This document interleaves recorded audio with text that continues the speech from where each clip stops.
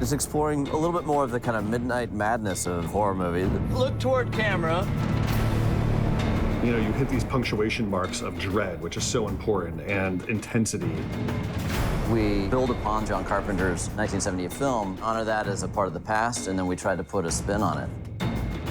This one gives us a little chance to let the fear permeate into Haddonfield and the paranoia. If Halloween Kills was about fear turning people into monsters, this movie goes back to evil's infectious. And a lot of creeping about and atmosphere and classical slasher aesthetic language. All that matters is what's on the screen. You ready in case the boogeyman decides to come out and play? Michael, in this chapter, the events of Halloween Kills really fucked him up. So this is the end of Halloween Kills. We have the fire, and then we have the other blood, knife slashes. This woman is so on top of shit. The hardest part of working on a horror film is continuity. Say they wanted to do a flashback to scene 100 part 2, we can say, oh, this is the coverall. Special effects rig left a hole that was this big. Then the next time we see those bullet holes, they look more in the realm of our post-bullet hole. What we're thinking about is what's happened to this person, where they've been, what they've been through, and what has happened to the clothes. He's gone away to rot, you know, kind of like an animal will just walk into the woods and die. He's gonna be very dirty and moldy. This will all be all the mud from the cave. They have blood all over, and they've gotten dirtier. It's such a present experience, you know? Because every time you change the costume changes me. When it comes to the mask, I certainly didn't want to just redo 2018 or Kills. Michael Myers in this movie has a completely different vibe. It was hard on this one because you could easily go too far and have this wreck of a mask and wreck of a character that just blend into the background. You have to maintain a silhouette that fans recognize. So the idea for me was to kind of strip it down to the bare latex. That's what this side of the mask is, the natural progression of exactly where he should be at this moment in this story. When I read the script, the cave, in my mind, was much smaller than what we have on that stage right now.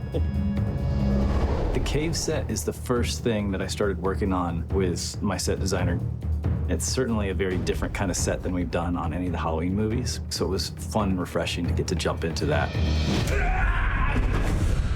We're trying to have this claustrophobic environment, which in reality is difficult to shoot in. We need space to light and to do the stunts. You're trying to justify light in an environment that wouldn't have light. So is it a crack in the concrete from above or a sewer grate? But then it also keeps that mystery of what's in the shadows. I just would like to start with the wall so we can see our rodent friends scampering around. 2 days ago, David was like, I'd love to get some rats in there. Once you're on that stage and you just see a little rat run across the tunnel, you're like, oh, this is legit. This is beautiful. This is incredible. A little rat goes a long way. Hopefully it looks filthy and looks scary and dangerous.